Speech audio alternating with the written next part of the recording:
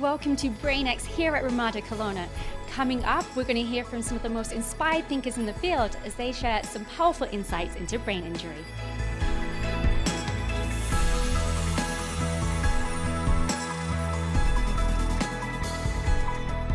Firstly, I'd like to say it's an honour and a privilege to be invited, and it's also an honour and a privilege to be able to put forward Westbank First Nations' view and how we do business differently. I just want to have a minute to talk about my experience. My brother suffered a brain injury. He was a young, vibrant, newly in the police force officer. That day, he'd just got promotion. He was going into CID. He is an amazing human being whose communication and skills with communicating with people and bringing critical incidences down was phenomenal, and that's what he was being recognized for. He decided that he was going to buy a bicycle, and the bike shop wasn't very far away. So his partner at the time drove him to the bike shop where he picked up the bike, but it didn't fit in the car. And he decided, without a helmet, because he had one at home, to ride it home. But he didn't make it home. He made it as far as the roundabout, where he was knocked off his bike, catapulted in the air, and actually intubated at the scene. I don't want to dwell. He's doing well now, but for 20 years, it's been the family.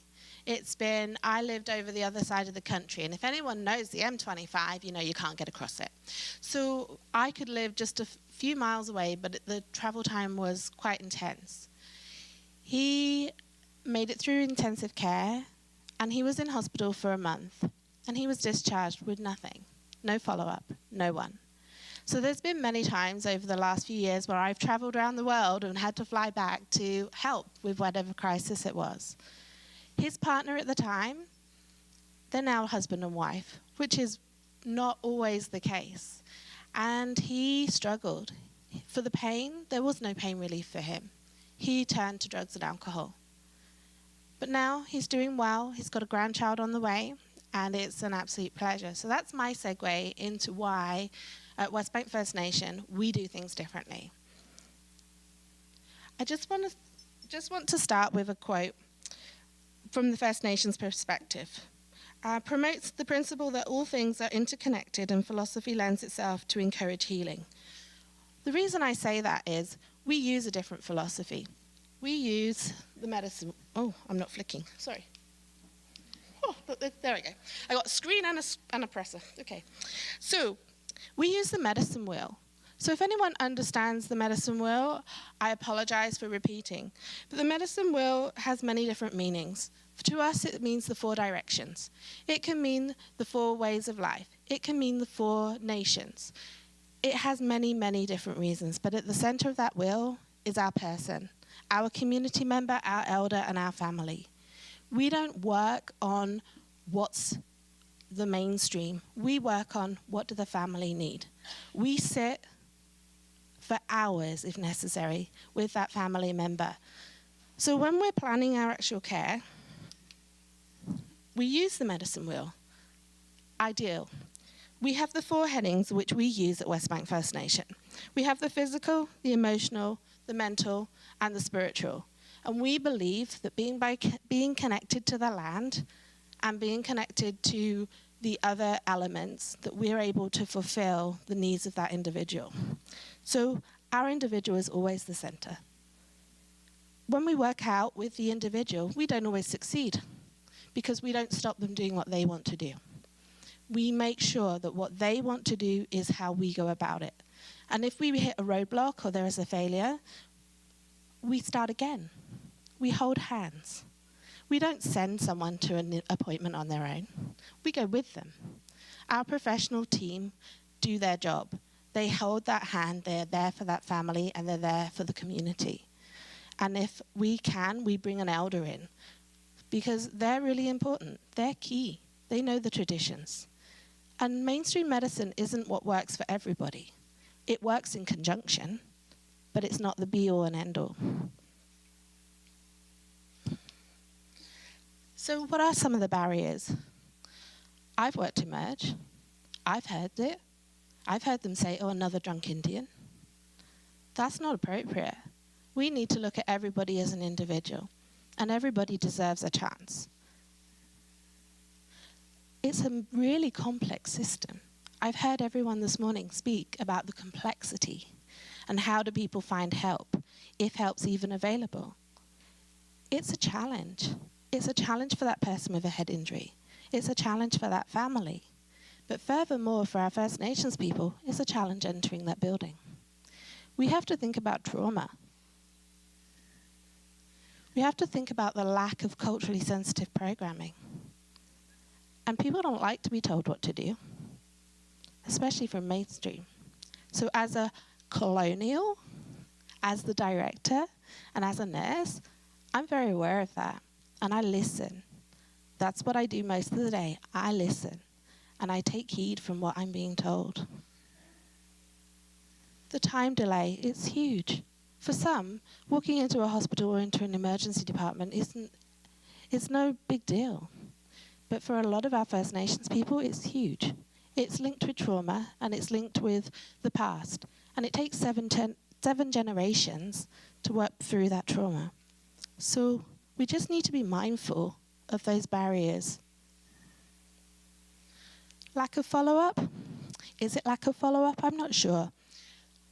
It's understanding why we need to follow. It's understanding the complexity. It's understanding going to see people and not really being sure of what they're asking or what they're wanting from you. So it's working with our individual and our family to ensure that they actually do attend those follow-up appointments, that they don't miss them because they see the importance of them and they understand why they're going.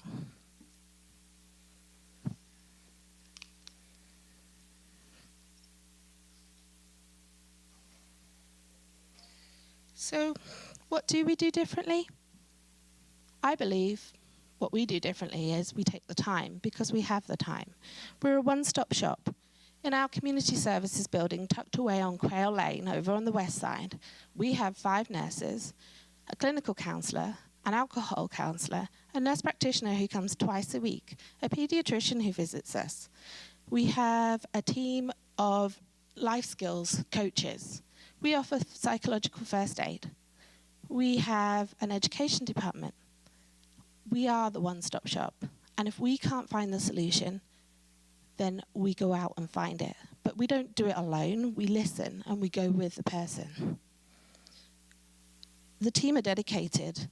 Just because we work 8:30 till 5:30, that doesn't really mean anything in our community. If we get a call, then we go out. And we take it in turns, and we're there for as many people as possible. We don't always get it right, but I think we've got a good start. I think we've got a good basis on where we're building. The accompanying of clients and families, that's really important. It's really key. So for those professionals out there, when they get a head injury client or a brain injury client in their office, you need to be mindful that they don't actually remember everything you've said to them. And they may ask that question time and time again. But why don't we invite? Why don't we open that door and ask people to come with and listen? Listen to those that are with the person. I've been ignored. Doesn't work with me, could you imagine?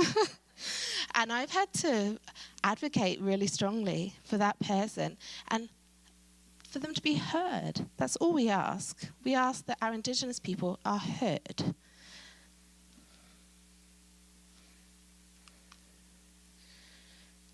So WFM worked really hard for the prevention.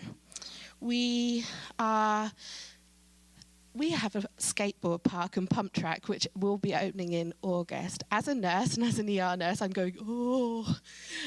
The team are going, ee. But we're doing our work. We're doing what's necessary. We're educating the school. We have a school right by the pump track. We have a youth building.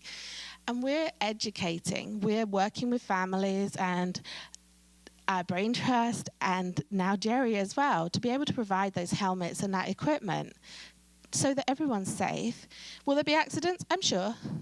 But let's be safe, and that's one of our promotions, that we have our law enforcement officers. They don't stop kids to tell them off. They stop them to give them helmets.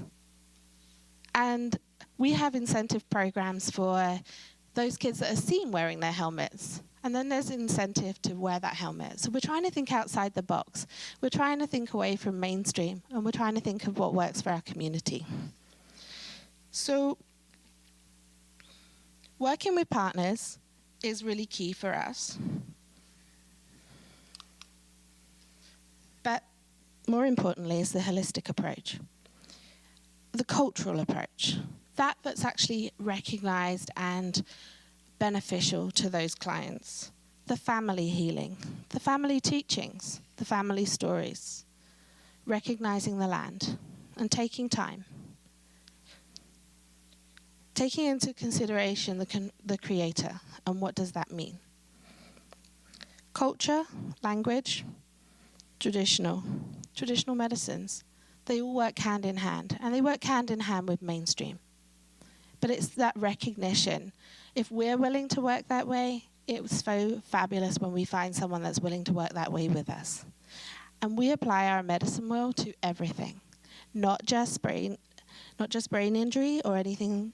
It's a everyday lived occurrence. If we can put it into the 4 quadrants with our person at the center, that's the way forward.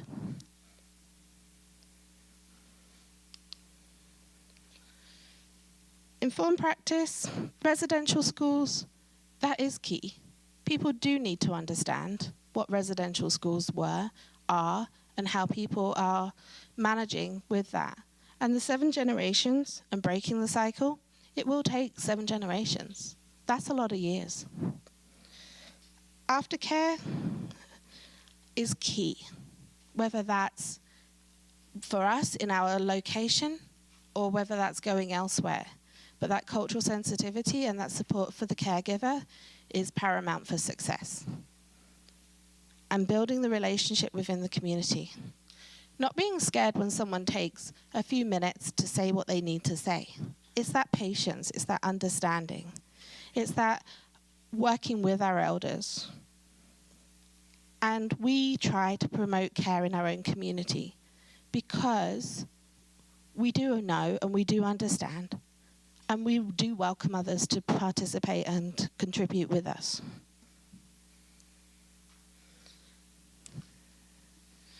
Moving forward, what do I see from the Indigenous community, from Westbank First Nation?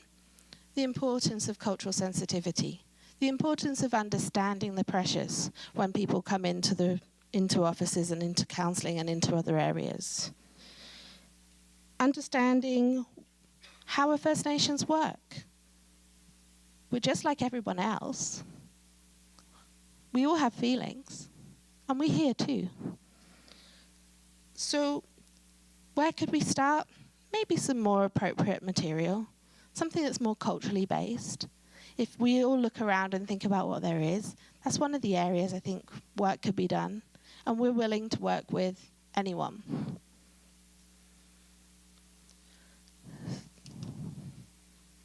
So just closing, here is the skateboard park within Trepidation, and it's in progress at the moment. The amount of youth appearing through that gate is quite scary, so we're out there handing out what we need to do. And this is the beautiful Westbank First Nation, and at this point I would just like to say lim lim, and thank you for listening, and thank you so much for inviting us and wanting to hear our perspective.